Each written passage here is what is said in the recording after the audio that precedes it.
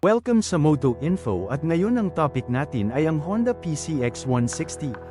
Pag-uusapan natin ang presyo, features at specs ng motor na ito. Ready? Let's start!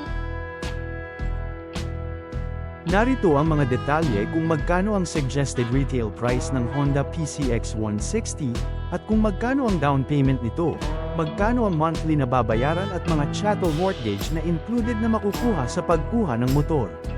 Pinakikita rin dito ang difference kung ikaw ay kukuha sa bank o sa dealer. Suriin mabuti kung nagbabalak kang kumuha ng Honda PCX 160.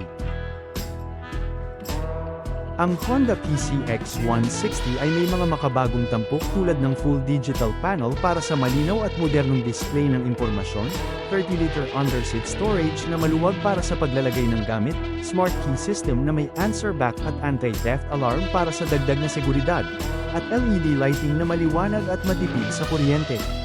Ang mga tampok na ito ay nagbibigay ng estilo, teknolohiya, at kaginhawahan para sa pang-araw-araw na biyahe.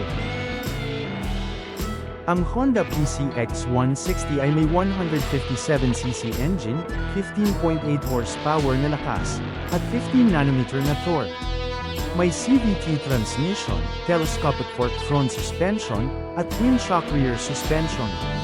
Ang mga gulong ay 110/70, 14 sa harap at 130/70, 13 sa likod. Ang seat height ay 764mm, ground clearance ay 134mm, at may fuel tank capacity na 8.1 liters. Ang timbang nito ay 131 kilograms, na angkop para sa pang-araw-araw na biyahe. Ang Honda PCX 160 ay available sa dalawang kulay: Pearl Fadaless White at Matte Dim Gray Metallic. Nagustuhan mo ba ang video? Huwag kalimutan mag-like at subscribe sa Moto Info para updated ka sa mga bagong labas na motor dito sa Pilipinas. Thank you for watching.